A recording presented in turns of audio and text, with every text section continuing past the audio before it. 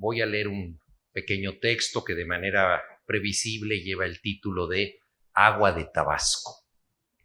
Conocí Tabasco en la adolescencia cuando vine a disputar un partido de fútbol en una cancha en la que el sol sacaba vapor al pasto. Todas las impresiones de aquel viaje fueron excesivas. Llegué en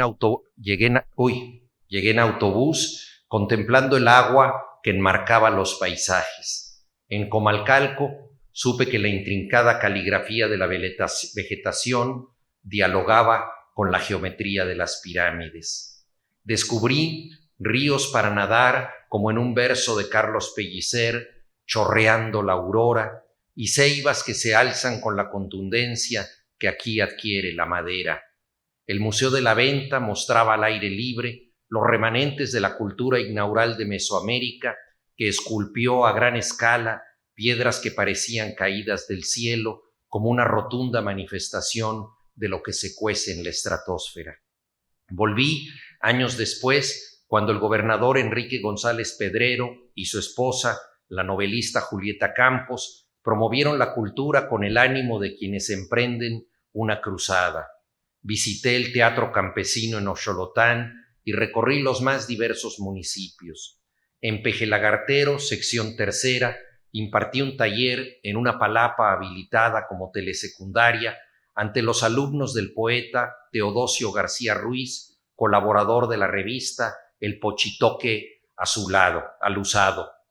Supe, entonces, que en esta tierra la iluminación involucra a las tortugas y las conductas se entienden gracias a los animales. Es tan jaguar el sol que pasa silencioso, escribió Pellicer, que en otro momento dijo de sí mismo: estoy todo lo iguana que se puede. A mediados de los años 80, Tabasco se transformaba con museos, bibliotecas, escuelas y actividades culturales, pero el mayor desafío era el agua. El secretario de Obras de aquel tiempo, Humberto Mayans, asumió el reto de unir el Estado en tiempo récord y contrató a un ingeniero que había trazado puentes veloces en Vietnam. Durante esa gestión, la última panga que comunicaba las orillas de Tabasco fue a dar a un museo. De manera apropiada, años después, Humberto Mayans, eficaz constructor de puentes, y su esposa, Silvia López, decidieron abrir otro espacio para vincular a las personas, una librería. En aquellos años transformadores, conocí a Lácides García de Jen, profesor de la Universidad Juárez Autónoma de Tabasco, que nació en Barranquilla y se asimiló a este estado con la naturalidad de quien sabe que el río Magdalena y el río Grijalva conjugan la misma agua.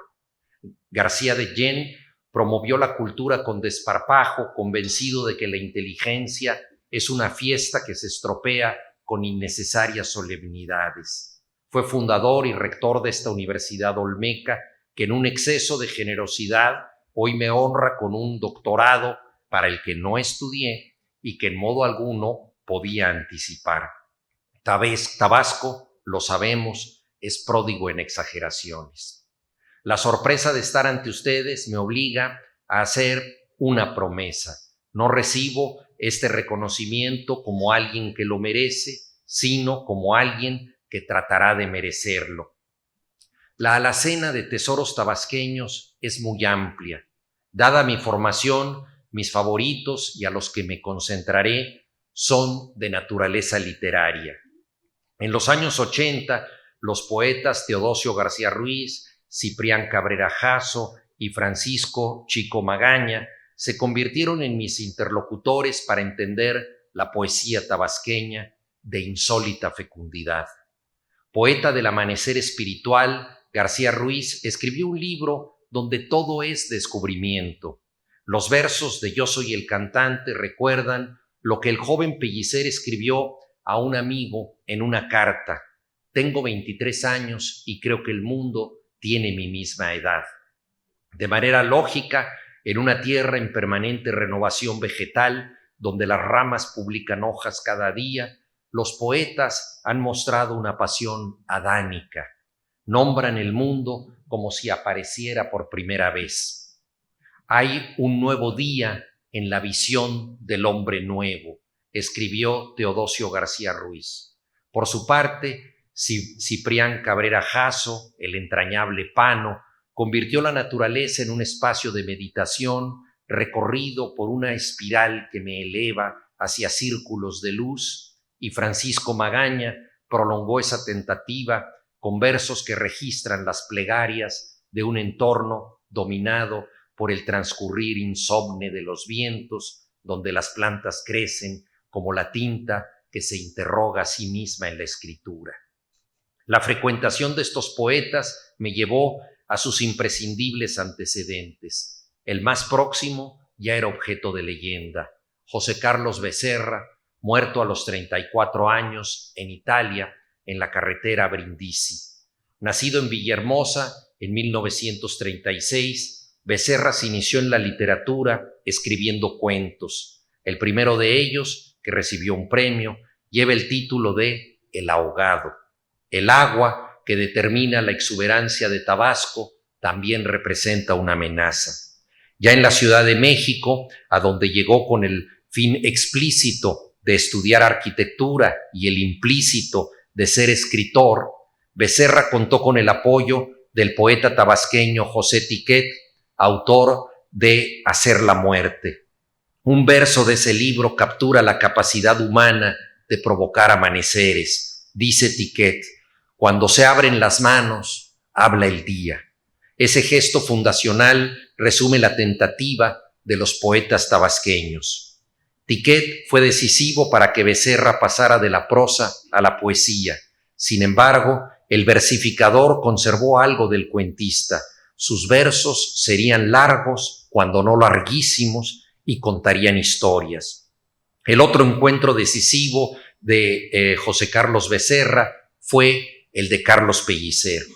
Habría que hacer una antología de la primera impresión que el gran poeta tabasqueño tuvo en la gente que lo conoció. Para muchos, ese contacto inicial fue una epifanía. El carácter abierto, la generosidad sin fisuras, la voz grave y enfática, la emblemática calva pulida, la sencillez franciscana, el sentido del humor y la erudición compartida con la picardía de quien cuenta un chisme, convirtieron a Pellicer en uno de los pocos autores cuya obra era perfeccionada por su persona. Becerra se benefició de esa amistad y escribió en tensión con ella. No quería por nada del mundo ser de los trópicos, comenta Álvaro Ruiz Abreu en su libro La ceiba en llamas. El ensayista nacido en Sánchez Magallanes domina la obra de Becerra y también ha dedicado obras imprescindibles a Pellicer y Gorostiza. Ciertamente, el autor de Oscura Palabra repudió el tono folclórico y pintoresquista de lo tropical. Fue un poeta de la ciudad y sus miserias, de los mitos cinematográficos como Humphrey Bogart, Batman o Drácula, de la sensualidad y el sueño. Pero todo eso estuvo marcado por la impronta de su lugar de origen. Como su maestro Pellicer, capaz de hablar de aviones, la pintura de Monet y Constantinopla, Becerra se interesó en el vasto repertorio de la realidad, pero escribió versos que se despliegan como lianas y no dejó de asombrarse ante los trabajos del oleaje y sus peligros. Escribe el poeta: esta vez volvíamos de noche, los horarios del mar habían guardado sus pájaros y sus anuncios de vidrio. En varias ocasiones, Becerra alude al vidrio como a un instrumento letal que corta con su transparencia y puede ser molido para confundirse con el azúcar. Por otra parte, en sus páginas la naturaleza se vuelve introspectiva. Su poema, La otra orilla, convierte el predicamento de moverse por los ríos de Tabasco en un asunto íntimo, existencial. También el tiempo pertenece al orden natural y divide el destino en dos orillas. En 1968, Becerra sostuvo un diálogo público con Pellicer en el que este último señaló que el primer acontecimiento importante de su vida ocurrió a los 5 años, cuando conoció el mar.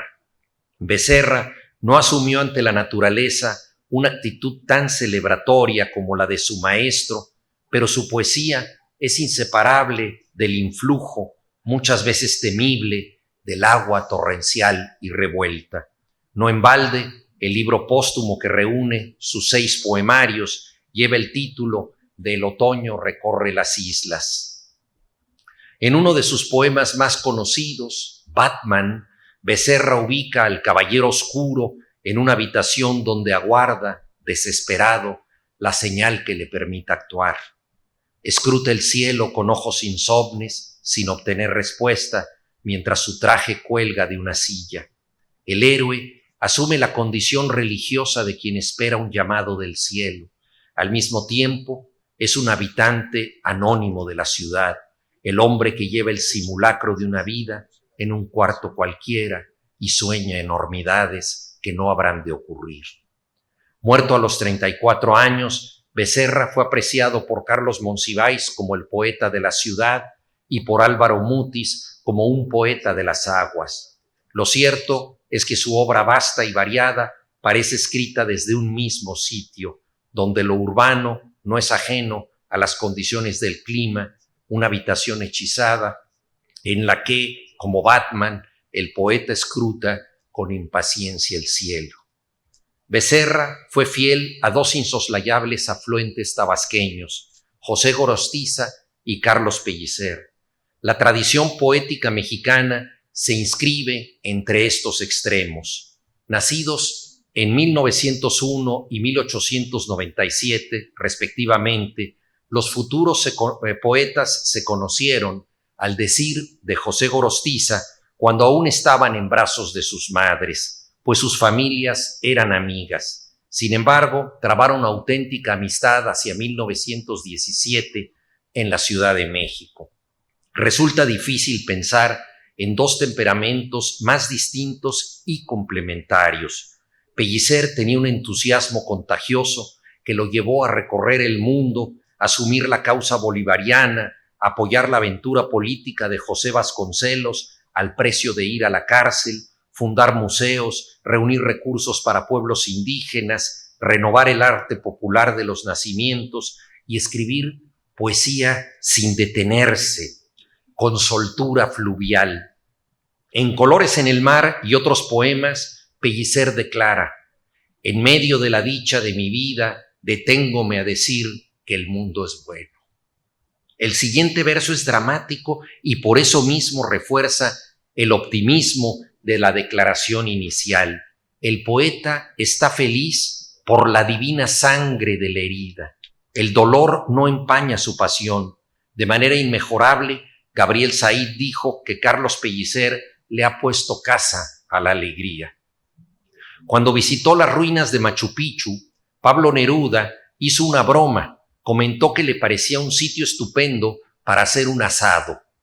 Sin embargo, lo que escribió después fue un telúrico encomio de la grandeza incaica, su poema Alturas del Machu Picchu. De acuerdo con Rafael Gumucio, quien recogió la idea de la barbacoa entre las ruinas fue el antipoeta Nicanor Parra. Se puede decir que Pellicer operó ante el pasado como Neruda y como Parra, consagró el lenguaje de las piedras y le aportó ironía. Muy distinto y muy necesario es el caso de José Gorostiza, hombre reservado que pasó buena parte de su vida en las oficinas de la Secretaría de Relaciones Exteriores, de obra parca y rigurosa, trabajada con punitiva autocrítica, un poeta que no cedía a arrebatos fáciles y sometía las emociones al tamiz de la razón. La conciencia del fracaso como visión del futuro lo estuvo golpeando muchos años, escribe Ruiz Abreu en su libro La esfera de las rutas. Si Pellicer viaja para encontrar lo otro y concibe la vida como un horizonte que se amplía, Gorostiza procura viajar hacia sí mismo con la lúcida sensación de no encontrarse. En mayo de 1924, Javier Villaurrutia dio una conferencia sobre sus compañeros de generación en la que dijo que la dimensión esencial de Pellicer era la sensualidad, mientras que en Gorostiza predominaba la más fina y contenida emoción. inteligencia, soledad en llamas, que todo lo concibe sin crearlo, escribió en su poema inagotable Muerte sin fin. Entender el mundo conlleva la melancolía de no intervenir en él. Si Pellicer nada desnudo en el Usumacinta, colecciona arte prehispánico para donarlo a los museos, le habla de tú al fantasma de Virgilio, recorre Egipto como si fuera el pueblo de sus abuelos y difunde el evangelio bolivariano, Gorostiza atesora tristezas y convierte el raciocinio en un inquietante páramo de espejos. El propio Gorostiza señaló que en el edificio de la literatura mexicana Pellicer representaba una ventana, mientras que a él le correspondía el desván. De un lado la luminosidad y la fuerza del exterior, del otro la introspección severa. Pellicer es un poeta solar con las manos llenas de color. En 1926 elogia así a una bailarina: tienes la edad del aire a las 8 de la mañana. Gorostiza parece incapaz no solo de despertarse tan temprano, sino de celebrarlo. Sin embargo, no elogia la belleza crepuscular que tanto cortejaron los poetas modernistas, ni convierte su melancolía en un asunto de fe. Retrata un paisaje a contraluz y anticipa a su discípulo José Carlos Becerra en la búsqueda del vocablo oscuro, de esa palabra que se ahoga en el humo de una sombra. Es sugerente el trato diferenciado que Pellicer y Gorostiza dan al elemento esencial de Tabasco, el agua. En Pellicer, el agua es manantial y fuente, fluye y transita. Agua de Tabasco vengo, agua de Tabasco voy, dijo, o lleva a la reflexión del agua detenida. Vuelvo a ti, soledad, agua vacía, agua de mis imágenes tan muerta, nube de mis palabras tan desierta, noche de la indecible poesía. El agua quieta es en este caso el surtidor del que emana la lírica. Gorostiza, por el contrario, es el poeta de la abstinencia angustiosa. En Muerte sin fin se asoma su reflejo. Lleno de mí, ahito me descubro en la imagen atónita del agua. En este caso, el agua no es el caudal de los ríos, sino el fluido que mora, domesticado y no menos misterioso, en un recipiente de cristal. Dice Gorostiza: por el rigor del vaso que la aclara, el agua toma forma. En él se asienta, ahonda y edifica, cumple una edad amarga de silencios y un reposo de muerte niña, un más allá de pájaros en desbandada, en la red de cristal que la estrangula. Allí, como en el agua de un espejo, se reconoce, atada allí, gota a gota, marchito el tropo de espuma en la garganta. Qué desnudez de agua tan intensa, qué agua tan agua. Gorostiza razona el agua, descifra su oculta condición, advierte la silueta que adopta en el recipiente. No es el torrente en fuga o sorpresivamente quieto de Pellicer, sino el agua atrapada, cautiva, sujeta al incansable escrutinio de la mente. En otro poema invierte la relación habitual que el ser humano tiene con los elementos. No se trata de una fuerza inerte, sino de materia viva, cargada de voluntad neurótica. Agua, no huyas de la sed, detente, exclama Gorostiza. Dos posturas definitivas cristalizan en estos autores. De acuerdo con Carlos Monsiváis, el poeta capaz de decir: aquí no suceden cosas de mayor trascendencia que las rosas, retoca la naturaleza en forma lúdica. Cito a Monsiváis: maestro mágico, Pellicer no ha inventado el paisaje, tan solo ha sabido llegar a él para responsabilizarse de nuestra educación sensorial. Esta pedagogía de los sentidos contrasta con el papel que el mismo Monsiváis asigna a Gorostiza como el fundamento de nuestra conciencia poética. Ante su riguroso ejemplo, la improvisación pierde sus últimos derechos en nuestra poesía. De Pellicer a Gorostiza se abren los polos de la poesía mexicana: exuberancia y concisión, emotivo desenfreno y presentida exactitud, ironía apasionada y herida reflexión. Siempre más prolífico, Pellicer resalta la singularidad de su amigo. Dice Pellicer: todos mis poemas recuerdan lo que no hubieras querido escribir tú.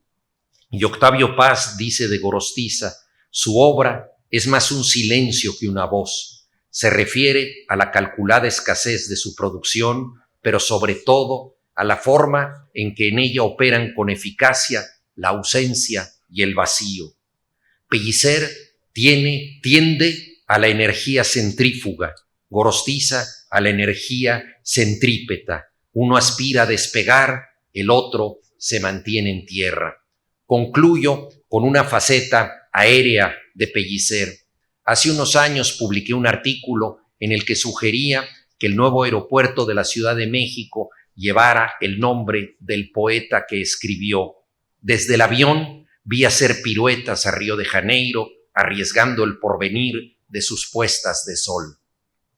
Carlos Pellicer López, pintor y albacea de su tío, escribió al respecto: Carlos Pellicer tuvo la pasión del vuelo.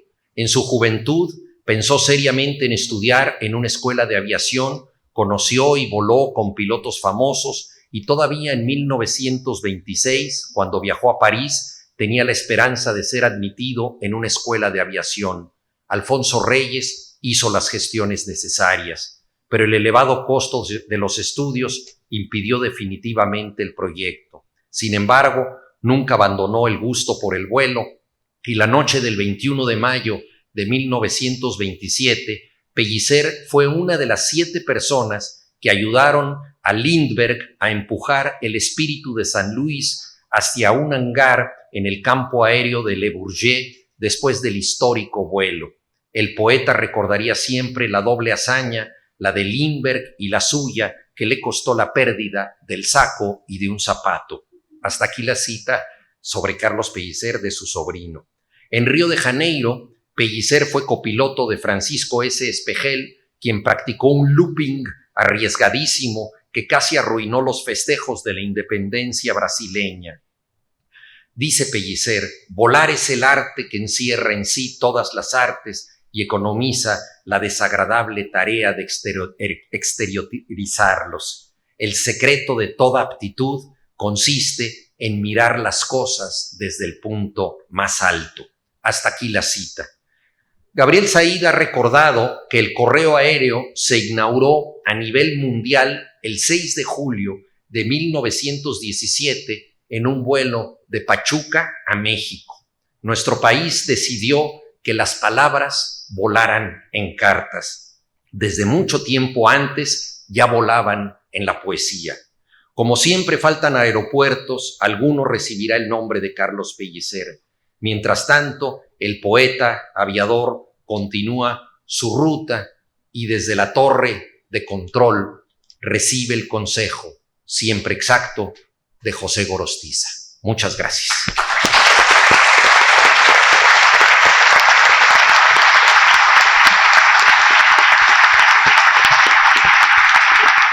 Universidad Olmeca. Raíz de sabiduría.